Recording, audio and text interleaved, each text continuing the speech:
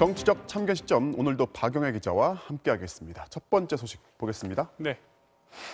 조문도 소신껏, 조문 거부도 소신껏인데, 자, 고 박원순 전 시장의 장례 절차가 마무리가 됐는데 정치권에서는 지금 조문을 두고서 지금 갈등이 꽤 있어요. 네, 장례 기간 동안 민주당은 엄숙한 추모 분위기였는데 반대로 통합당은 조문을 가지 않았습니다.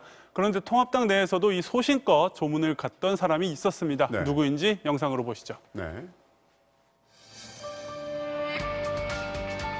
지금 통합당에서는 지도부들이 지금 아직 조문을 안 하고 있잖아요. 모든 죽음은 나름대로의 다 의미가 있고 죽음 앞에서는 모자를 벗는 것이 예의라고 생각합니다. 당의 입장과 관계없이 나는 개인적으로 내가 조문을 왔고 가슴이 무겁네. 네, 김병준 전 비대위원장 같은 경우는 소신에서 이제 조문을 한 경우라면은 정의당 의원들은 조문을 거부를 한 걸 두고서 지금 논란이 거세죠. 그렇습니다. 정의당의 초선인 유호정, 장혜영 두 의원이 이 피해 호소인이 외롭지 않았으면 좋겠다. 또 아무 일 없었다는 듯 애도만 할 수는 없다라고 조문을 거부하겠다는 뜻을 공개적으로 천명을 했습니다. 이후 후폭풍이 좀 있었는데요. 어떤 후폭풍인지 발언들 들어보시죠. 네. 한 사람만큼은 피해를 호소하고 있는 고소인 편이라고 말해주고 싶었습니다. 무조건적인 지지를 보낸 저 같은 국회의원도 있다고 그렇게 알려줘야 한다고 생각을 했습니다. 탈당하시는 분이 있습니다. 실제로 있고요. 또 다른 측면에서 이제 좀 고맙다라고 표현하시는 분들도 있기 때문에. 네, 이 조문 거부에 항의하는 탈당 행렬도 있었지만 반대로 피해 호소자 편에 서준 정의당을 응원하는 목소리도 있다는 겁니다.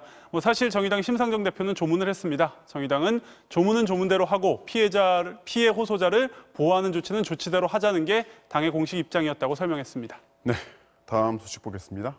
다시 뭉친 비대위, 그런데 당명은입니다. 자, 비대위라는 말이 나온 걸 보니까 지금 미래통합당 얘기 같습니다. 네, 오늘 미래통합당 비대위가 일부 당직자들을 인선을 했는데 이 자리에서 이 당명을 잘못 말하는 실수가 있었습니다. 직접 들어보시죠. 네. 새로운 변화와 새로운 길을 개척할 수 있도록 새누리당을 변화할 수 있는 당으로서 바꿈하는 데 큰 헌신을 다하겠습니다. 한나라당에서 미래 쇄신을 위해서 노력을 한다고 하시기에 동참을 하게 됐습니다. 네, 박정희 정권 당시 야당이던 신민당 총재 이철승 총재의 딸인 이항희 교수가 이 당 감사위원장으로 새로 선임이 됐는데요. 공교롭게도 2011년 박근혜 비대위 때 김종인, 이항희 두 명이 나란히 비대위 위원이었습니다.